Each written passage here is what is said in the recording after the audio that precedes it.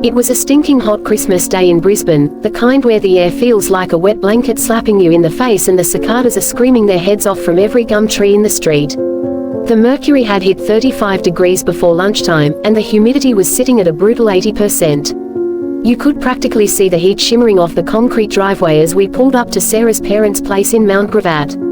Their Queenslander was decked out like a Bunnings catalogue exploded, fairy lights strung along the veranda, tinsel on the front door, and a blow-up Santa that had half deflated in the heat, looking like he'd had one too many tins himself. The smell of prawns sizzling on the barbie hit us the second we stepped out of the car, mixed with that unmistakable Aussie Christmas aroma of sunscreen, erupted, and onions frying on the hot plate.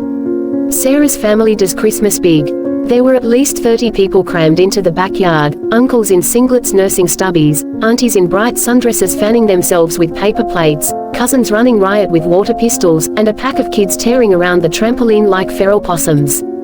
The esky was overflowing with ice, 4X Gold, and Great Northern, and someone had already cracked open the Bundy and Coke way too early. Sarah's dad, Mick, was manning the Weber like a general, tongs in one hand, beer in the other, barking orders at anyone who dared come too close to his sacred grill zone. Sarah and I had been together 2 years now, and this was meant to be the Christmas where things felt settled. We'd moved in together 6 months earlier, a little unit in West End with a balcony big enough for a herb garden and a couple of deck chairs. I'm a freelance graphic designer, logos, branding, album covers, the lot. Work comes in waves, but when it's good, it's bloody good. I can knock off early to hit the surf at Burleigh or stay up till 3 a.m. finishing a rush job in me boardies with a cold one on the desk. It's freedom, mate. Pays better than most think, too. But to Sarah's mum, Karen, it's all just artsy-fartsy nonsense. Karen's the type who reckons a real man has a high-vis shirt, a ute with a toolbox in the back, and a superannuation statement he can wave around at barbecues. She's never outright said she hates me, but the side-eye and the little digs have been building for months. Comments like, must be nice having no boss, translation, you're a bludger, or, when are you going to grow up and get a proper career? Every time the topic of work comes up. Today, though, she'd been on form from the minute we walked in. First it was the passive-aggressive hug, oh, you've lost weight, love, been too busy to eat properly. Then the tour of the house pointing out all the renos Mick had done, with his own hands, proper tradie work. By the time we sat down to eat, I was already gritting me teeth. We were all crammed around the long outdoor table under the patio, paper plates piled high with fresh prawns, grilled sausages, potato salad, coleslaw, and those little bread rolls you only ever see at Aussie Barbies. The pavlova was waiting inside like the grand finale, meringue towering with passion fruit dripping down the sides. Beers were flowing, the cricket was blaring from the telly inside, and everyone was in that lazy, full-belly Christmas haze. Then Karen, 3 charties deep and fanning herself with a Christmas serviette, leans across the table and says it loud enough for the whole bloody street to hear, so, when are you gonna stop this artsy-fartsy nonsense and get a proper career? You're just a failure, mate. Sarah deserves better than some bludger who can't even hold down a steady gig. The table went dead quiet. Even the cicadas seemed to pause. A cousin's kid dropped a sausage on the ground. Mick froze mid-flip of a prawn. Sarah stared at her plate like it might swallow her whole, and I felt me blood go from warm to boiling in half a second flat. I wasn't about to let that slide.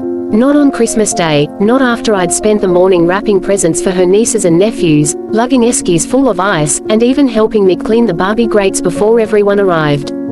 The words failure and bludger hung in the thick air like a bad smell, and every eye at the table was on me. Sarah's hand tightened around her glass of Moscato, knuckles going white. Her brother Jake smirked into his beer, waiting for the show. Even the cousins had stopped squirting each other with water guns to watch. I took a slow sip of my 4X, put the stubby down with a deliberate clink, and looked Karen dead in the eye. The whole backyard seemed to lean in. Hang on a minute, Karen, I said, keeping my voice steady but loud enough that no one could pretend they didn't hear. Let's get something straight. I run my own business.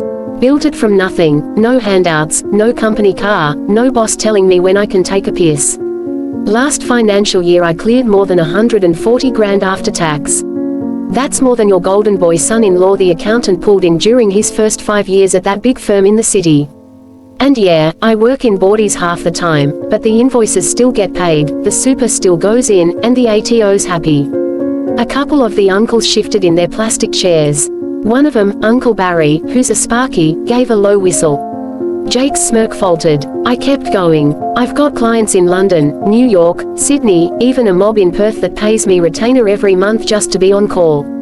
I choose my hours. If the surf's pumping at Burleigh, I can knock off and go. If a job's due at midnight, I stay up and smash it out. I love what I do, Karen. Every single day. How many people at this table can say that about their 9 to 5? How many come home knackered, hating their boss, counting down to Friday arvo from Monday morning? You could have heard a prawn shell drop. Sarah's cousin Lauren, who's stuck in a soul-destroying call center job, actually muttered, "Fair point," under her breath.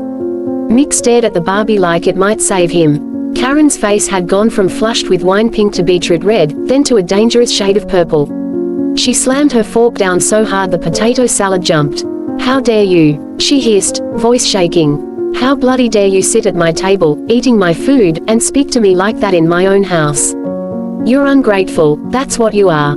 Sarah's wasted 2 years on you when she could have been with someone stable, someone with a real career." Sarah finally lifted her head, eyes blazing. "Mum, stop it." But Karen was in full flight now, pointing a manicured finger at me. "Don't you, Mum, me. I've watched you defend this layabout for years. He's got you brainwashed into thinking this hippie lifestyle is normal."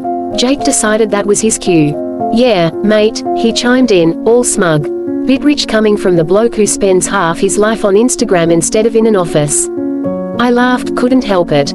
"Mate, that Instagram you're talking about, that's where half my clients find me. Posted a reel last week, picked up a 20 grand branding job off the back of it. But yeah, keep telling me how offices are the only place real work happens." The table erupted into overlapping voices. Aunties gasping, uncles grumbling, someone yelling, language. Because a stray, bloody, had slipped out in front of the kids. One of the younger cousins pulled out his phone and started filming, cheeky little bugger.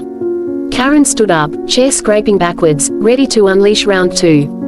And that's when the whole Christmas Barbie teetered on the edge of becoming a full-blown family blue that'd be talked about for decades. The outrage exploded like someone had tossed a lit sparkler into the esky. 1 minute we were all frozen in that awkward silence, the next it was full-on family warfare under the patio. Voices overlapped, getting louder and louder until you couldn't tell who was yelling at who. Karen was still on her feet, face like thunder, jabbing her finger at me and then at Sarah. "I've had enough of this. 2 years I've bitten my tongue while you parade this beach bum around like is some sort of prize. Sarah, love, you're better than this. You could have had that nice lad from the bank, the one with the house deposit and the company car." Sarah shot up so fast her chair nearly toppled. "Mum, for God's sake, stop. You don't get to decide who's good enough for me. I love him, and he treats me better than any suit-wearing banker ever could." That set the aunties off. Karen's sister Trish, who's been married to a plumber for 30 years and reckons she's the family oracle, piped up loud enough for the neighbors to hear, "Oh, come off it, Sarah. Your mum's only saying what we're all thinking. Stability matters. What happens when you want kids? You gonna raise them on, maybe next month's invoice."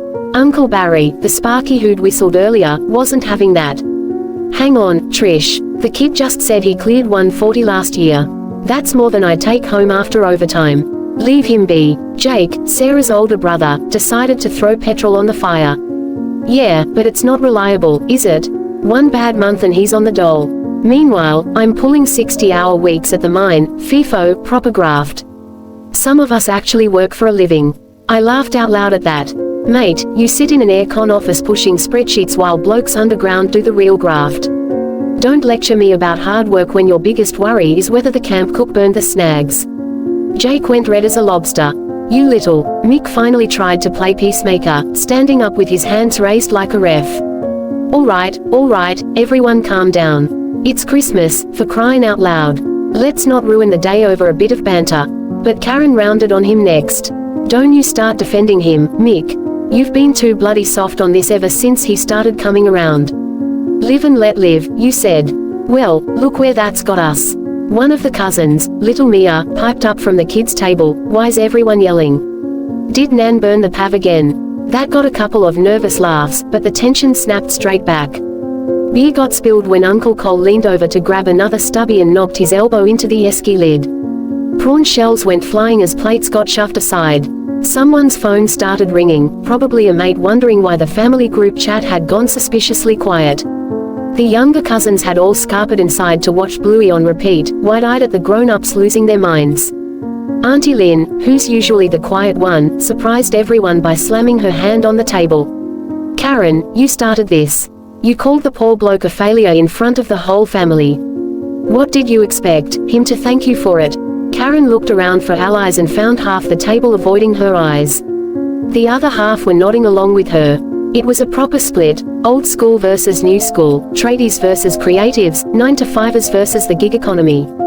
The great Australian family fault line laid bare over potato salad and prawns. The noise hit fever pitch. I thought someone was gonna cop a pav to the face. Sarah grabbed my hand under the table, squeezing hard, her eyes shiny with angry tears. I squeezed back, ready to walk out if it came to that. And that's when Nan, tiny, 85-year-old Nan in her floral dress and thongs, who'd been quietly sipping her shandy in the corner all afternoon, pushed herself up from her chair with the help of her walker, cleared her throat, and waited for the racket to die down just enough for her soft voice to cut through like a knife. The backyard fell into a stunned hush the moment Nan's voice cut through the chaos. Everyone knew that when Evelyn May Richardson, Nan to the whole clan, stood up and spoke, you shut your gob and listened. At 85, she was barely 5'0" in her thongs, her floral dress hanging loose on her tiny frame, silver hair pinned back with a couple of Kirby grips. But she had that old school authority that didn't need volume to command a room. She steadied herself on her walker, looked around the table with those sharp blue eyes that had seen depressions, wars, and half a dozen prime ministers come and go, and spoke slow and clear so no one could miss a word. "Karen, my girl," she began, voice soft but firm as steel. "Sit yourself down and shut your gob for once in your life." A couple of the younger cousins snorted into their soft drinks. Even Jake bit his lip to hide a grin. Karen froze mid-rant, mouth half open, and slowly sank back into her chair like a balloon losing air. Nan wasn't done. "I've sat here all afternoon listening to this rubbish, and I've had a gutful. This young fella here," she nodded towards me, "has more gumption in his little finger than half the men at this table put together. Built his own business from scratch, pays his way, loves his work, and treats our Sarah like gold. Back in my day, we called that a bloody success, not a failure." Uncle Barry raised his stubby in a silent toast. Auntie Lynn whispered, "Here, here," loud enough for everyone to hear. Nan turned her gaze on the rest of the mob. "And the rest of you lot carrying on like a pack of galahs, shame on you. It's Christmas Day. We're supposed to be thankful, not tearing strips off each other over potato salad. I've buried a husband, raised 4 kids through tough times, and watched good men lose jobs they hated anyway. Happiness matters more than a steady pay packet you dread every Monday." She paused, looked straight at Karen again. "You reckon Sarah deserves better? Better than a bloke who makes her laugh, supports her dreams, and stands up for himself when someone calls him names at the family table? Pull your head in, love.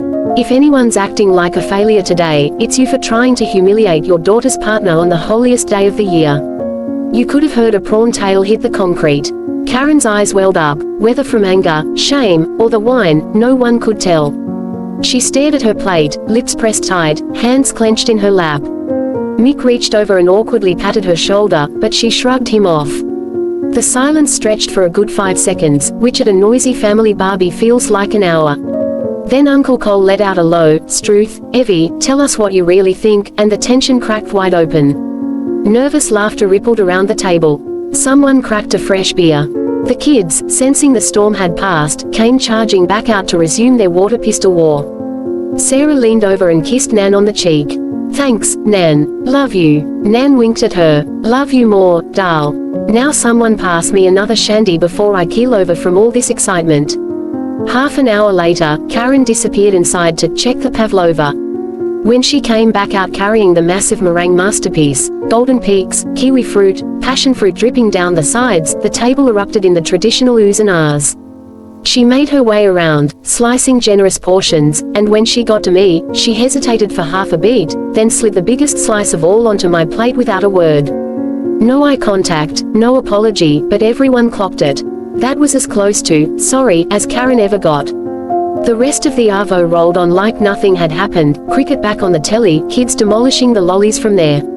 Christmas crackers, uncles arguing over who'd win the Ashes.